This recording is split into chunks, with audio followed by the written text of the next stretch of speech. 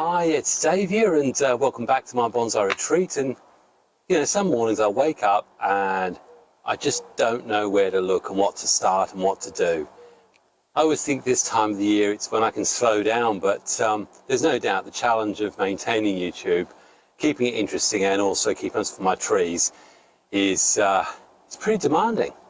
But hey, that's my problem, not yours. So I'm looking around. I've got larch ideas, I've got field maple, I've got a number of things that I've got to do, and I've realised that I still haven't touched any Chinese elm, and I've got loads of them. I'm going to go down to the Chinese elm fields and see if there's something we can pull out to have a play with, so to speak. Come on, come with me. Oh gosh, it's just so much. So much. You haven't seen the, I'm pretty sure it's cork bark maple. I lost a load of footage from it, so you're going to have to wait until I do some carving on it. I've also got this, this juniper. I think last year you saw where a branch split when it fell off in the wind. And I did a bit of a repot on that, I think. And I keep putting the video on the cycle for you to view, and there's always more important or better videos to watch that keeps getting pushed back, but you'll get to see that at some point. All the oaks are sitting there nicely. This isn't turning into a garden tour, by the way. Right, we need to find somewhere in this mat, this mess of stuff. There is something. Let me have a look and see if we can zone in on this. Got this one here. I might just bring up. That's incredible. That's absolutely beautiful, and that's a cutting. That was a little weeny cutting. And also this one as well. Again, 5 years ago is a cutting off another one. So we'll take these two up with us. Pretty impressive though. So we'll do these as well. Get some pruning done on these. Now, I wonder what else I can find down here. Not sure I'm going to be able to get back up actually. Ooh.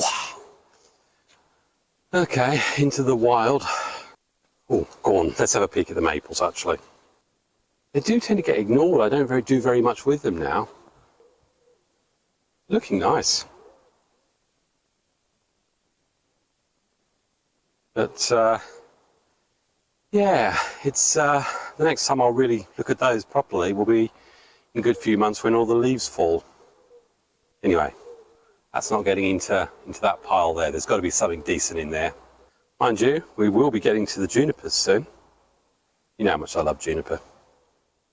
This pile's gone absolutely bananas. I really ought to try and find something in here that we can muck about with. Got weeds, great big weeds growing in these. Need to remove things like this because it'll strangle that great big that's it, that's a Chinese elm cutting. Not sure what I could do with that. Got another loads of big growth. I really am going to have to sort these out. Got an interesting bend on it. Could semi-cascade maybe. Gosh, so much choice. Now, I put this one in a pond basket and then probably forgot it. Got this great big long... Should I do a... Do you know, I've never actually properly tried to do a full cascade. I'm not sure it's got all the ingredients it needs, but gosh, with a bit of wire, what do you reckon? Should we have a go? Okay, so we've got all this stuff to be looking at. Knowing me, I'd love to try and make these into nice little short 9-minute videos, but it already isn't it? Isn't it? And by the way, if you're liking this, even though I haven't even started doing anything, hit like. The algorithm loves it, and you know how much we like to feed Google's algorithm. You'll love this close up, definitely. The bark on this, incredible. Sure, these are cork bark cuttings. Anyway, let's see if we can do anything with these, shall we?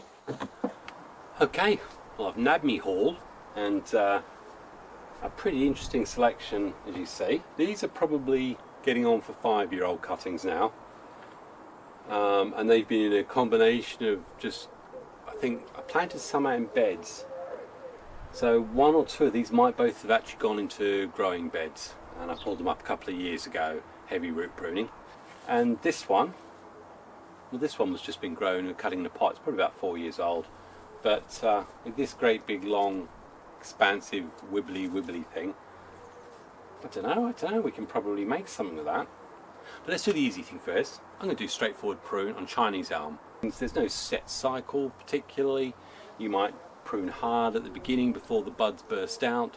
You might prune hard once the leaves fall. But throughout the growing season, oh my gosh, that must be messages, probably YouTube notifications. Throughout the growing season, you're quite able to go in there and just prune back to profile your growing tips. So we'll do that, and don't be surprised if making the cascade turns into part 2 of, this could be Chinese Elm Week, couldn't it? Gee, I come up with some good ideas, don't I? Not a word from you. Okay, so looking at this first Chinese elm, as I say, it's now definitely 6 years old, probably 6 years old. I may have done sort of a haphazard breaking and cutting through the years. It looks like I had some sort of plan, because there is a structure of some sort, so clearly I have been thinking a little bit. I'm not going into a deep dive and create structure. All I'm going to do is show you the pruning. I'm basically going to be pruning to a shape, so I'm going to bring profiles back. Now, Chinese elm are a pain for me.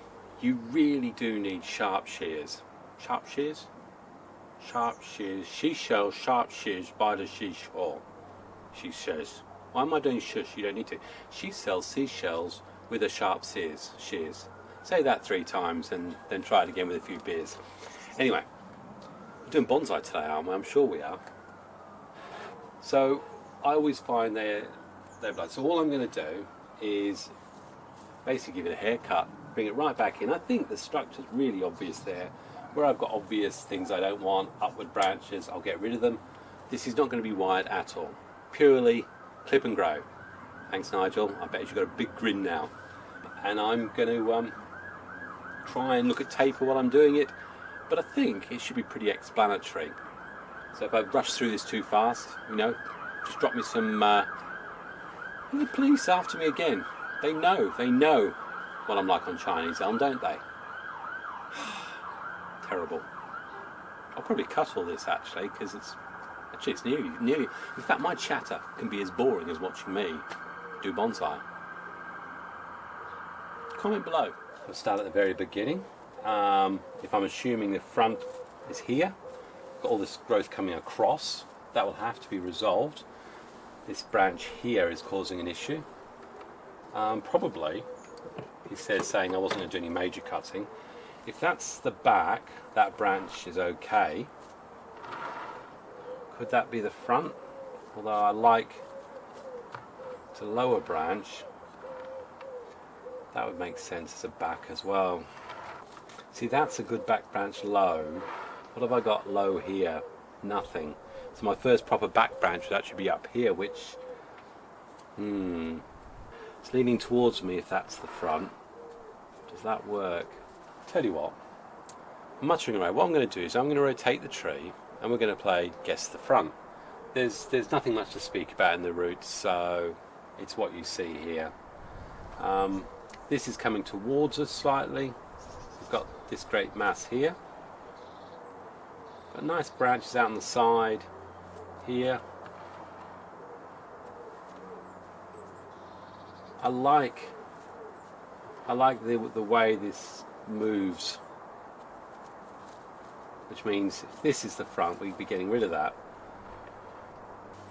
Interesting. What do you think? Why is it? I thought this would be simple. It's never simple. I've got to decide the back and the front. I think I'll have to come back to you when I've decided. You tell me what you think before I get back. Decision made. I'm going here for the front. It's leaning towards us a bit, but that can be changed with prodding angle. There's nothing.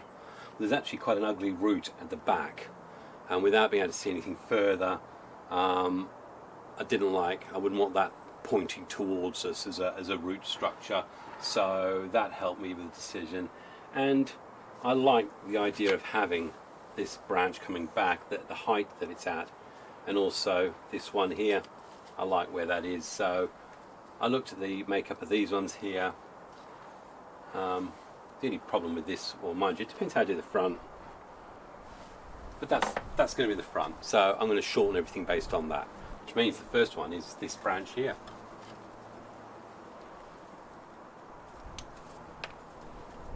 I use totally different cutters than I should. Again with these, you can be really, when I've done all my Chinese elm, when I first get them, especially the ones that I've got from imports, I will literally cut them back to stumps, and you'll see people doing that a lot in their videos. Or I'll go back to the really bare structure of the branches themselves, and then leave them, and they will bud back so profusely that you'll be trying to work out what to remove very quickly. So I have no fears about hard pruning on these. You've seen? That's ideal for a cutting. Absolutely ideal. All I would do, growing tip off, remove, load lower branches.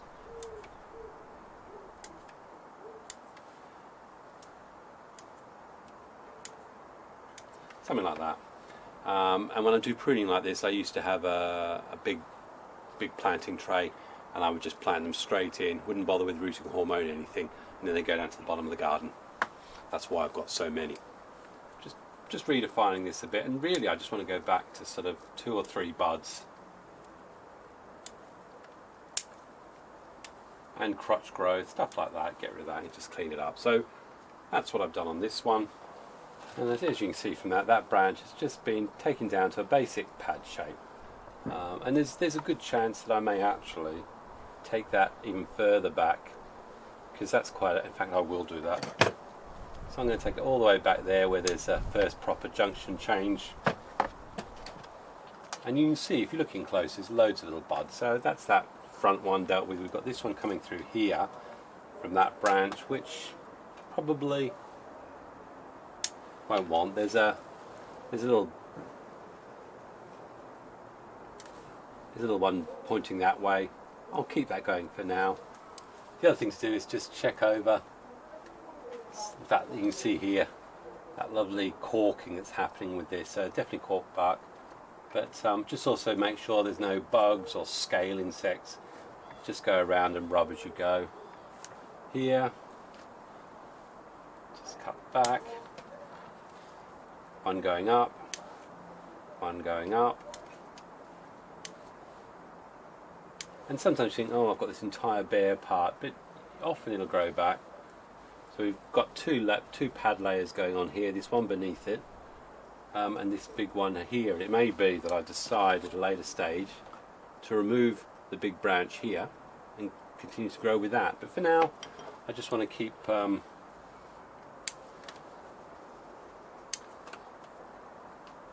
little bit of nice growth.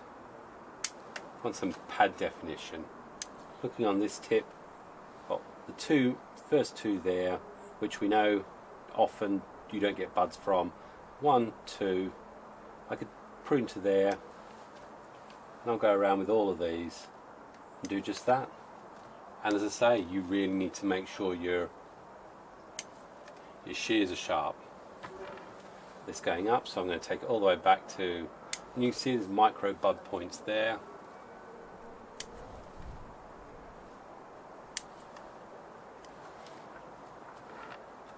And that's pretty well as far as I'll go with that branch there. So that's now set the level, so this next one's got to come back to at least here,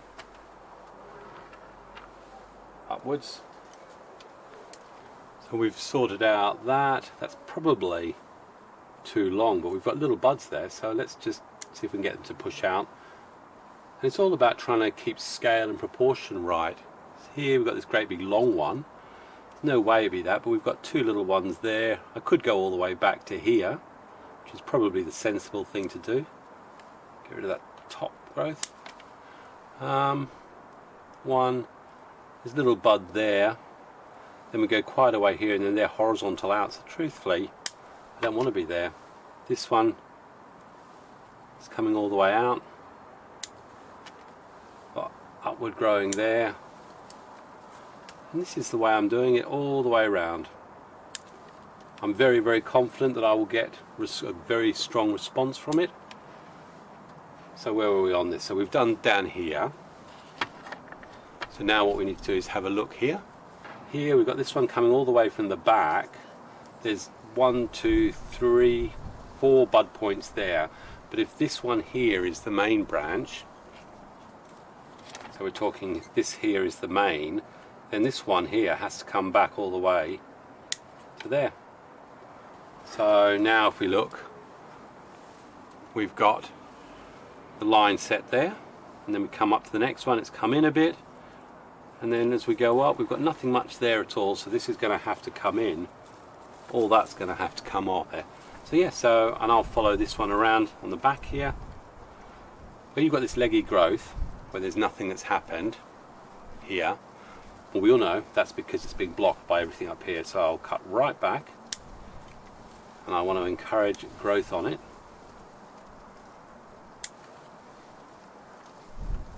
And there you go. So I've got absolutely nothing on it, but I know it'll send out shoots and buds. Let's go further around to this one at the back here. It's a great big branch. In terms of the proportion, it's off to the right of the tree. What we need to do is look at where that's going to be coming into. We already know, I reckon we're going to take it all the way back to there. It's probably going to go further. So we start looking at where we've got an advantageous growth. Take everything back. Got something going upwards, remove that. Again, these are actually quite long. So it's very unnatural. So truth be told, I actually want to bring those right back. Got a little growth in there, a bit messy there. And they get very messy the longer you leave them. We've got a lower one coming down here. I don't know if you can see it there. So we've got to try and define how far back we want that back branch to go. And I'm saying probably, well, we'll start there. We'll get rid of that off for now. Just do some basic cutting that we know we're not going to use. Actually, I just realised as I was doing this, it's probably a good time to show what is the easy thing to do right now. We've now got our limits of the bottom of the tree, haven't we? So I know I can safely remove all this stuff here, so I can see what's going on. Because I know I'm going to be pruning back deeper into here, so I can help the job a little bit. I feel a bit like Peter Chan. And yes, when I'm looking at it, I already know when I cut quite like this that I'm actually going to be, I know exactly where I'm going in. So I am doing this with a degree of knowledge of where I'm going to go next.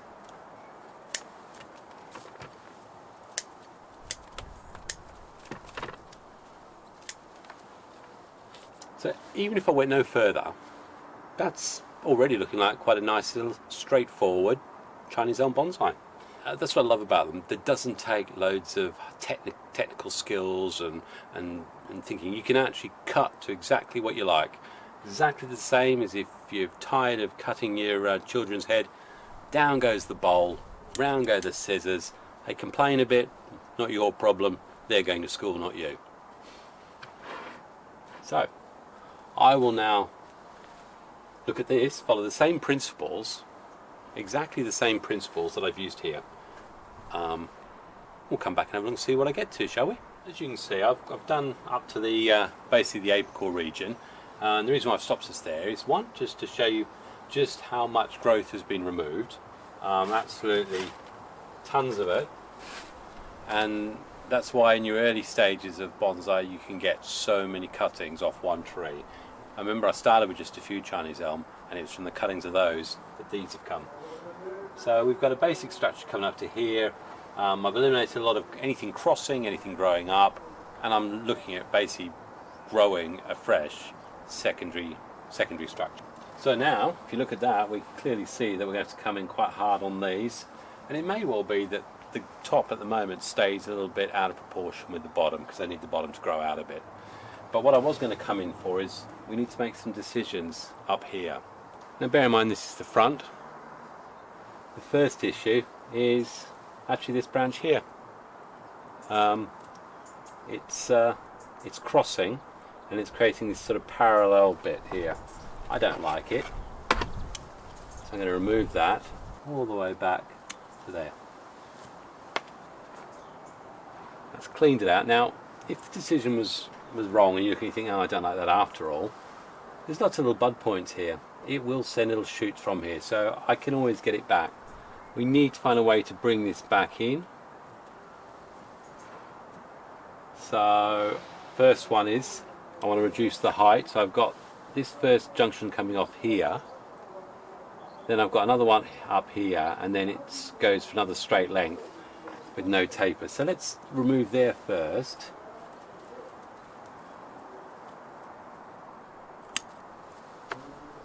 Okay, and I'm actually looking at going, I actually want to come lower, and it may be that I'll end up removing that entirely. So we want to bring this back, so let's just take the top off first, and it's almost a trial and error. You slowly reduce it as far back as you can at obvious junctions and points, and again it's very personal, so you may not agree with the choice I make, but that doesn't matter. Again, if I come around here, this is very long here, there's lots of little bud points there, which has already helped me decide that I'm now going to cut that right back. And in fact I may actually cut it all the way back to this branch here, but for now it's bringing the profile in. We then have to look at doing the same here, so I'm going to take the top off that. That's too long out, to be honest, so we need to do something about that. Liking this less and less. Underneath that little one, that's fine. Just reduce a little bit of the growth on that. So for now I'm happy with that. I've done a lot of reduction on it. That branch there, get rid of that a bit, and I'll see what sort of bud backs I get. I really do. This depends how the crown sits over there. That may still work. So now I'm going to follow the same principle, trying to resolve this. Okay, so we're 10 minutes later. This is all that's left. This is all that was taken off it. As I keep saying to you, there are branches there that I will shorten considerably, probably later in the year. But I think we can safely say, in comparison to what it was like with the picture, we've now redefined our primary and secondary structure probably. Definitely we can see the lines of the tree and where we're going, and there is still an argument up front in there, to be honest. It might mean taking away this great big thing here, but for now happy with that. So that's the first of my Chinese elms, and it's all mine. So this has cost me a grand total of £3.50 for that plastic pot, and lots of expensive labour from me, because I was having a look online. I don't think I come at less than £130 an hour now. I'm that good, really, honestly. Put some fertiliser on it though. Okay, second one, just having another look at it. Probably just give it a spin. This one, really love the bark on this one. Again, it's really easy to see what sort of pruning needs to happen. You know, straight away I can tell you that we don't need that, or that, or that, or that. In fact, I could go right around. This, all I would do, it's a nice strong whip. Same thing. These are the ones that I tend to, at latter stages, use as cuttings. Take those off.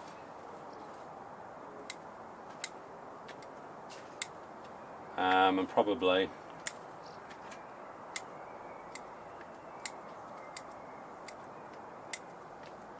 that, poke it straight into some soil, nothing, anything from just straightforward garden dirt, to be perfectly honest, and then just leave it with, I'd probably do 30 or 40 of those and then leave them.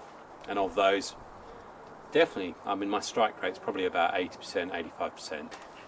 Okay, well, I went pretty heavy in on that as well, and got all the roots and everything off, and it looks a pretty bare tree, but you've got some really nice craggly cork bark on it. So let's zoom in and have a look at that, shall we? Okay, so spinning that around, really, really corky. Absolutely love it. And as I say, it's a cutting. And it's a cutting that hasn't been developed in any way, shape or form apart from very, very rudimentary, ruthless hedge cutting to it at different times of the year. And I imagine that is more than ready to go into a bonsai pot next year. Especially when this growth comes out and I start getting some nice layers. Really lovely. Okay, well, that feels like a 20-minute video, so I'm going to call it cut for now. I'll say thanks very much for watching, God bless, and please, please, if you want to see me turn that into a cascade, then you need to watch part 2. Don't forget, like, bell notifications, all the other blah blah blah, and love to see you again. Happy bonsaiing, God bless. Cheers.